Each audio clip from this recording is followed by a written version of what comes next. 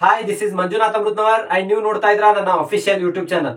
Dear friends, ಇವತ್ತಿನ ತರಗತಿಯಲ್ಲಿ TET ಮತ್ತು ಸಿಇಟಿ ಗೆ ಸಂಬಂಧಪಟ್ಟಂತಹ ವಿಷಯಗಳನ್ನ ಡಿಸ್ಕಸ್ ಮಾಡ್ತಾ ಹೋಗ್ತೀನಿ. ತುಂಬಾ ಅಭ್ಯರ್ಥಿಗಳು ಕಮೆಂಟ್ ಗಳನ್ನ ಡ್ರಾಪ್ ಮಾಡ್ತಾ ಇದ್ರಿ. ಸರ್, ಸಿಇಟಿ ಮೊದಲು ನಡೆಯುತ್ತಾ ಅಥವಾ ಟಿಇಟಿ ಮೊದಲು ನಡೆಯುತ್ತಾ ಅಥವಾ ಟಿಇಟಿ ಯಾವಾಗ ನಡೆಯುತ್ತೆ, ಆಫ್ಲೈನ್ ನಡೆಯುತ್ತಾ ಆನ್ಲೈನ್ ನಡೆಯುತ್ತಾ, ಈ ರೀತಿಯಾದಂತಹ ಕನ್ಫ್ಯೂಷನ್ ಗಳು ತುಂಬಾ ಅಭ್ಯರ್ಥಿಗಳಲ್ಲಿವೆ.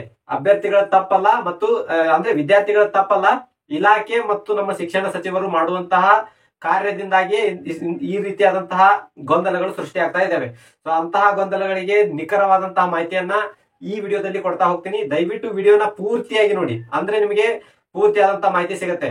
ಸ್ಕಿಪ್ ಮಾಡಿದ್ರಿ ಅಂತ ಹೇಳಿದ್ರೆ ಮಾಹಿತಿ ಸ್ಕಿಪ್ ಆಗುತ್ತೆ. ಆಮೇಲೆ ನಿಮ್ಮ ಡೌಟ್ ಗಳನ್ನ ಕಮೆಂಟ್ ಬಾಕ್ಸ್ ಅಲ್ಲಿ ಡ್ರಾಪ್ ಮಾಡ್ತೀರಿ. ಮೊದಲು ಪೂರ್ತಿಯಾಗಿ ವಿಡಿಯೋ ನೋಡಿ, ಆಮೇಲೆ ನಿಮ್ಮ ಡೌಟ್ಸ್ ಗಳೇನಾದ್ರೂ ಇದ್ರೆ ಕಮೆಂಟ್ ಬಾಕ್ಸ್ ಅಲ್ಲಿ ಡ್ರಾಪ್ ಮಾಡಿ, ಅದಕ್ಕೆ ಸಂಬಂಧಪಟ್ಟಂತ ಆನ್ಸರ್ ಕೊಡುವಂತ ಪ್ರಯತ್ನವನ್ನು ಕೂಡ ನಾವು ಮಾಡ್ತೀವಿ. ಹಾಗೆ ರಿಕ್ವೆಸ್ಟ್ ಏನು ಅಂತ ಹೇಳಿದ್ರೆ, ಯಾರೆಲ್ಲ ನನ್ನ ಚಾನಲ್ಗೆ ಹೊಸದಾಗಿ ವಿಸಿಟ್ ಮಾಡಿದಿರಿ ದಯವಿಟ್ಟು ಚಾನಲ್ ಅನ್ನ ಸಬ್ಸ್ಕ್ರೈಬ್ ಮಾಡ್ಕೊಳ್ಳಿ, ಬೆಲ್ ಬಟನ್ ಕ್ಲಿಕ್ ಮಾಡಿ, ಅಲ್ಲಿ ಬರ್ತಕ್ಕಂಥ ಆಲ್ ಅನ್ನುವಂತ ಆಪ್ಷನ್ ಅನ್ನು ಸೆಲೆಕ್ಟ್ ಮಾಡಿದ್ರೆ ನಾವು ಮಾಡುವಂತಹ ರೆಗ್ಯುಲರ್ ಕ್ಲಾಸಸ್ ಗಳು ಬಂದು ನಿಮಗೆ ನೋಟಿಫೈ ಆಗ್ತಾ ಇರುತ್ತೆ.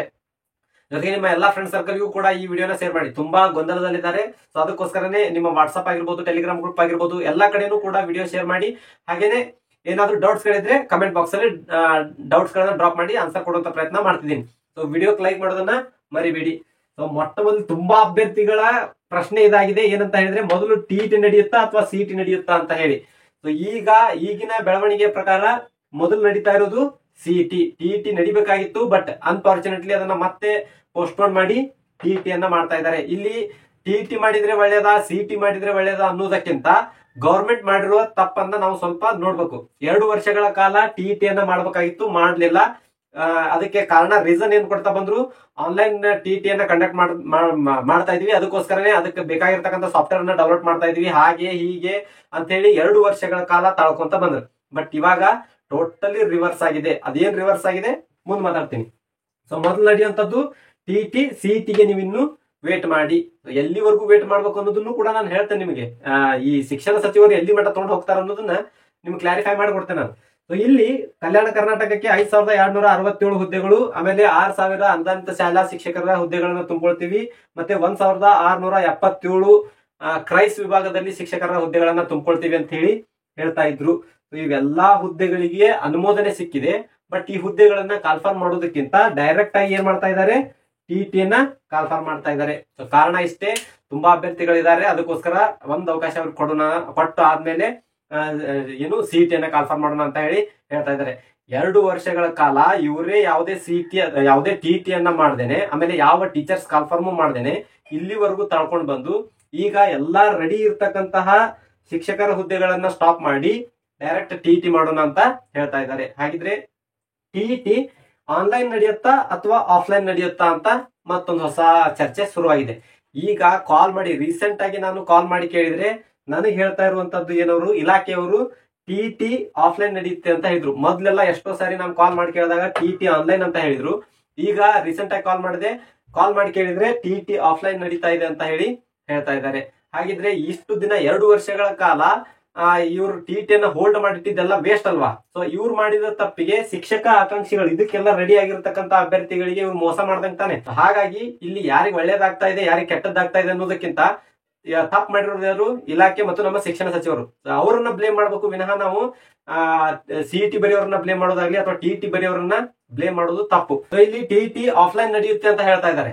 ಸೊ ನಾನು ಕಾಲ್ ಮಾಡಿ ಕೇಳಿದಾಗ ಅವ್ರಿಗೆ ಕೇಳಿದೆ, ನಾನು ಇಷ್ಟು ದಿನ ಆನ್ಲೈನ್ ಅಂತ ಹೇಳಿದ್ರಲ್ಲ, ಮತ್ತೆ ಈಗ ಯಾಕೆ ಆಫ್ಲೈನ್ ಮಾಡ್ತಾ ಇದ್ರಿ, ಮತ್ತೆ ಆನ್ಲೈನ್ ಪ್ರೋಸೆಸ್ ಏನಾಯ್ತು ಅಂತ ಕೇಳಿದ್ರೆ, ಆನ್ಲೈನ್ ಪ್ರೋಸೆಸ್ ಮಾಡ್ಬೇಕು ಅಂತ ಹೇಳಿದ್ರೆ ಇನ್ನೂ ಸ್ವಲ್ಪ ಏನು ಸಾಫ್ಟ್ವೇರ್ ಅಲ್ಲಿ ಡೆವಲಪ್ ಮಾಡ್ಬೇಕಾಗಿದೆ, ಮತ್ತೆ ಅದಕ್ಕೆ ಟೈಮ್ ಬೇಕಾಗ್ತಾ ಇದೆ.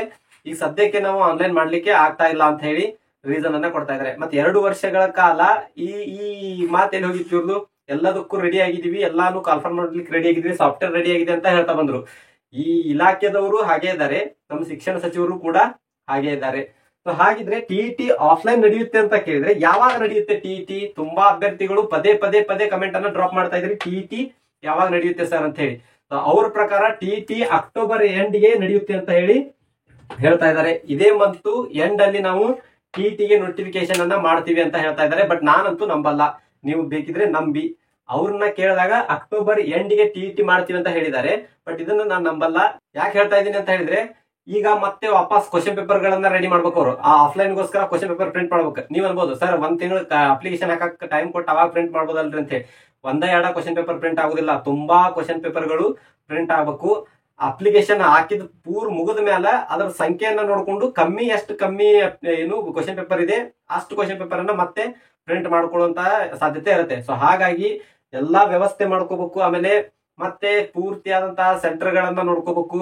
ಇದರಿಂದ ಅಷ್ಟು ಸಲೀಸಾದಂತಹ ಬ್ಯಾಕ್ ಗ್ರೌಂಡ್ ವರ್ಕ್ ಇರಲ್ಲ, ತುಂಬಾ ವರ್ಕ್ ಇರುತ್ತೆ. ಅದಕ್ಕೋಸ್ಕರನೇ ಅಕ್ಟೋಬರ್ ಎಂಡ್ ಅಂತ ಹೇಳ್ತಾ ಇದ್ದಾರೆ. ಆದ್ರೆ ತುಂಬಾ ಒಳ್ಳೇದು, ಅಕ್ಟೋಬರ್ ಎಂಡ್ಗೆ ಕಾಲ್ಫಾರ್ಮ್ ಆದ್ರೆ TET ಕಾಲ್ಫಾರ್ಮ್ ಆದ್ರೆ ನಾನು ತುಂಬಾ ಖುಷಿ ಪಡ್ತೀನಿ. ನನಗ್ ಬೇಜಾರೇನು ಅಂತ ಹೇಳಿದ್ರೆ ಇವ್ರು ಯಾವ್ದನ್ನು ಕೂಡ ಹೇಳಿದ ಟೈಮಿಗೆ ಮಾಡಲ್ಲ. ಸೊ ಅದಕ್ಕೋಸ್ಕರ ನನಗ ಈ ಅಕ್ಟೋಬರ್ ತಿಂಗಳದ ಡೌಟ್ ಐತಿ. ಅದನ್ನ ನೆಕ್ಸ್ಟ್ ತಿಂಗಳಿಗೆ ತಗೊಂಡ್ ಹೋಗ್ತಾರ ಅವ್ರು.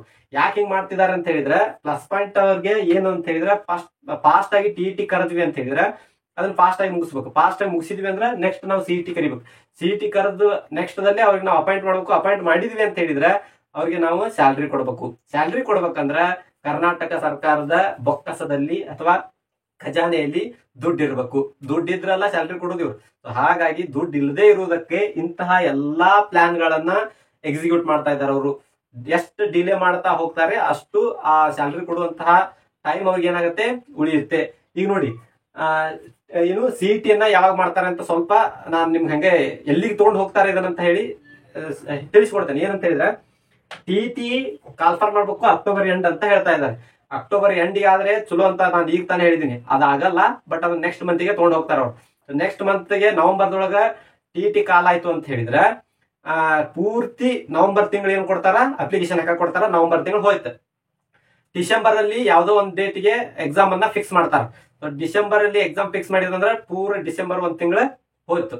ಡಿಸೆಂಬರ್ ಆದ್ಮೇಲೆ ಜನವರಿಗೆ ಕೀ ಆನ್ಸರ್ ಅನ್ನ ಬಿಡ್ತಾರ. ಕೀ ಆನ್ಸರ್ ಬಿಟ್ರು ಅಂತ ಹೇಳಿದ್ರೆ 15 ದಿನಗಳ ಕಾಲ ಅದಕ್ಕೆ ಏನ್ ಕೊಡ್ತಾರ, ಏನು ಆಕ್ಷೇಪಣೆ ಸಲ್ಲಿಸುತ್ತಿದ್ರೆ 15 ದಿನಗಳ ಕಾಲ ಆಕ್ಷೇಪಣೆ ಸಲ್ಲಿಸ್ರಿ ಅಂತ ಹೇಳ್ತಾರೆ. 15 ದಿನ ಆಗಿ ಅದೆಲ್ಲ ಪ್ರೋಸೆಸ್ ಮುಗಿದು ಮತ್ತೆ ವಾಪಸ್ ಏನು ಕೀ ಆನ್ಸರ್ ಅನ್ನ ರಿವೈಸ್ಡ್ ಕೀ ಆನ್ಸರ್ ಅನ್ನ ಬಿಡ್ಲಿಕ್ಕೆ ಹೋತ್ ಜನವರಿನೂ ಕೂಡ ಹೋಗುತ್ತೆ. ರಿವೈಸ್ಡ್ ಕೀ ಆನ್ಸರ್ ಬಿಟ್ಟು TET ಮಾರ್ಕ್ಸ್ ಕಾರ್ಡ್ ಅನ್ನ ಅಪ್ಲೋಡ್ ಮಾಡಾಕ ಮತ್ತೆ ಡೌನ್ಲೋಡ್ ಮಾಡ್ಕೊಳಕ ಟೈಮ್ ಕೊಡ್ತಾರ. ಆ ಟೈಮ್ ಒಳಗ ಹೆಚ್ಚು ಕಡಿಮೆ 15 ದಿನ ನಾವ್ ಅನ್ಕೊಂಡ್ರು ಕೂಡ ಅವ್ರು ತಿನ್ನೋದನ್ನ ಫೆಬ್ರವರಿ ತಿಂಗಳು ಪೂರ್ತಿ ತಿಂತಾರ. ಸೊ ಫೆಬ್ರವರಿವರೆಗೂ ಈ TET ನೆಪ ಇಟ್ಕೊಂಡ ಫೆಬ್ರವರಿವರೆಗೂ ಬರ್ತಾರ. ಬಂದಾದ್ಮೇಲೆ CET ಕಾಲ್ಫಾರ್ಮ್ ಮಾಡ್ಬೇಕು. ಬಟ್ CET ಕಾಲ್ಫಾರ್ಮ್ ಮಾಡಂಗಿಲ್ಲ. ಯಾಕ ಮಾರ್ಚ್ಗೆ SSLC ಎಕ್ಸಾಮ್ ಶೆಡ್ಯೂಲ್ ಬಿಸಿ ಇರ್ತತಿ. ಸೊ ಶೆಡ್ಯೂಲ್ ಬಿಸಿ ಇರೋದ್ರಿಂದ SSLC ಎಕ್ಸಾಮಿನ ರೀಸನ್ ಇಟ್ಕೊಂಡು CET ನ ಮುಂದೆ ಹಾಕೊಂಡು ಹೋಗ್ತಾರ. ಸೊ ಮುಂದೆ ಹಾಕೊಂತ ಹೋಗಿ ಈ ಅಕಾಡೆಮಿಕ್ ಇಯರ್ 2025-26 ಏನು ಅಕಾಡೆಮಿಕ್ ಇಯರ್ ಐತಲ್ಲ ಅದನ್ನ ಪೂರ್ತಿಯಾಗಿ ಮಣ್ಣು ಮಾಡಿ ಆಮೇಲೆ 2026-27 ಶೈಕ್ಷಣಿಕ ಸಾಲ ಏನ್ ಅಕಾಡೆಮಿಕ್ ಇಯರ್ ಸ್ಟಾರ್ಟ್ ಆಗತ್ತಲ್ಲ ಅವಾಗಿಂದ ಅದಕ್ಕೆ ಏನಾದ್ರು CET ಗೆ ಪ್ರೋಸೆಸ್ ಕೊಡಬಹುದು. ಬೇಕಾದ್ರೆ ಹಿಂಗ ಮಾಡ್ತಾರ ಅವರು. ನಾ ಯಾಕೆ ಇಷ್ಟು ಕಾನ್ಫಿಡೆನ್ಸ್ ಹೇಳ್ತಾ ಇದ್ದೇನೆ ಅಂತ ಹೇಳಿದ್ರೆ ಆಕ್ಚುಲಿ ಇಷ್ಟು ಟೈಮ್ ತಗೋಬಾರ್ದು ಅದಕ್ಕೆ. ಹಂಗ ನೋಡಿದ್ರೆ TET ಮುಗಿಸಿ ಜನವರಿ ಒಳಗ CET ನ ಕಾಲ್ಫಾರ್ಮ್ ಮಾಡ್ಬೇಕು ಅವ್ರು. ಅಷ್ಟು ಪ್ರೋಸೆಸ್ ವರ್ಕ್ ಫಾಸ್ಟ್ ಮಾಡಿದ್ರೆ ಪ್ರೋಸೆಸ್ ಫಾಸ್ಟ್ ಆಯ್ತು ಅಂತ ಹೇಳಿದ್ರೆ CET ಜನವರಿ ಒಳಗ ಸ್ಟಾರ್ಟ್ ಆಗ್ಬೇಕು. ಬಟ್ ಇವ್ರು ಮಾಡಲ್ಲ. ನನಗೆ ಯಾಕೆ ಇಷ್ಟು ಕಾನ್ಫಿಡೆನ್ಸ್ ಅಂದ್ರೆ ಈ ನಮ್ಮ ಶಿಕ್ಷಣ ಸಚಿವರ ಸುಳ್ಳುಗಳ ಭರವಸೆಯ ಮೇಲೆ ನನಗೂ ಕೂಡ ಅವ್ರ ಮೇಲೆ ಭರವಸೆ ಬಂದೈತಿ. ಏನಂತ 100% ಅವ್ರು ದೂಡ್ತಾ ಹೋಗ್ತಾರೆ ಅಂತ ಹೇಳಿ. ಸೊ ಅದಕ್ಕೋಸ್ಕರನೇ ನಾನು ಹೇಳ್ತಾ ಇದ್ದೀನಿ CET ನಡೆಯೋದು ತುಂಬಾ ಡಿಲೇ ಆಗುತ್ತೆ. ಡಿಲೇ ಅಂತ ಹೇಳಿದ್ರು ಕೂಡ ಈ ನೆಕ್ಸ್ಟ್ ಅಕಾಡೆಮಿಕ್ ಇಯರ್ಗೆ ತಗೊಂಡ್ ಬಂದು ಅವ್ರನ್ನ ರಿಕ್ರೂಟ್ಮೆಂಟ್ ಮಾಡ್ಕೊಂಡು ಅವರಿಗೆ ಆರ್ಡರ್ ಕಾಪಿ ಕೊಡ್ಬೇಕಂದ್ರೆ ಪೂರ್ತಿ ಆ ಇಯರ್ ಅನ್ನು ಕೂಡ ಕಂಪ್ಲೀಟ್ ಮಾಡಿ ಕೈ ಬಿಡ್ತಾರ ಅವರು. ಹಾಗಾಗಿ ಮತ್ತಿಷ್ಟೆಲ್ಲ ಹೇಳ್ತಾ ಇದೀನಿ ಅಂತ ಹೇಳಿ ಡಿಮೋಟಿವೇಟ್ ಮಾಡ್ತಾ ಇದೀನಿ ಅಂತಲ್ಲ. ನಾನು ಕೂಡ ಒಬ್ಬ ಆಸ್ಪಿರೆಂಟ್ ಆಗಿ ನನಗೂ ಕೂಡ ತುಂಬಾ ಬೇಜಾರ್ ಅನ್ಸಿದೆ. ಈ ನಮ್ಮ ಶಿಕ್ಷಣ ಸಚಿವರು ಮಾಡ್ತಾ ಇರುವಂತಹ ಕೆಲಸದಿಂದ ತುಂಬಾ ಬೇಜಾರ್ ಅನ್ಸಿದೆ. ಬಟ್ ಈಗ TET ನಡೆಯುತ್ತೆ ಅಂತ ಹೇಳಿ ಏನು TET ಬರೆಯುವಂತ ಅಭ್ಯರ್ಥಿಗಳಿಗೆ ಖುಷಿಯನ್ನ ಕೊಟ್ಟಿರುವಂತಹ ವಿಚಾರ ಇರ್ಲಿ. ಆ ಅಭ್ಯರ್ಥಿಗಳಿಗೆ ಒಂದು ಅವಕಾಶ ಸಿಕ್ಕಿದೆ. ಆ ಅವಕಾಶವನ್ನ ಅಂತಹ ಎಲ್ಲಾ ಅಭ್ಯರ್ಥಿಗಳು ಪಡ್ಕೊಂಡು CET ಬರೀಲಿಕ್ಕೆ ತಯಾರಾಗಿ ಅಂತ ಹೇಳ್ತಾ ಮತ್ತೆ CET ಗೆ ಪ್ರಿಪರೇಷನ್ ಮಾಡ್ತಿರ್ತಕ್ಕಂಥ ಅಭ್ಯರ್ಥಿಗಳು ಕೂಡ ಎದೆಗುಂದಿದ್ದೇನೆ. ಇನ್ನೊಂದು ಸ್ವಲ್ಪ ದಿನಗಳ ಕಾಲ ತಯಾರಿಯನ್ನ ನಡೆಸಿ ಮುಂದೆ ಆ CET ಎಕ್ಸಾಮ್ ಅನ್ನ ಬರೆಯುವಂತಹ ಅವಕಾಶ ಸಿಗುತ್ತೆ. ಸೊ ಅವಾಗ ಆ ಅವಕಾಶವನ್ನ ನಿಮ್ದಾಗಿ ಮಾಡ್ಕೊಳ್ಳಿ. ಸೊ ಇದಷ್ಟು ಇವತ್ತಿನ ವಿಷಯವಾಗಿತ್ತು. ಇನ್ನ ಇದೇ ತರ ಮಾಹಿತಿಯೊಂದಿಗೆ ನೆಕ್ಸ್ಟ್ ವಿಡಿಯೋದಲ್ಲಿ ಮೀಟ್ ಮಾಡೋಣ. ಅಲ್ಲಿವರೆಗೂ ಬಾಯ್, ಹ್ಯಾವ್ ಅ ನೈಸ್ ಡೇ.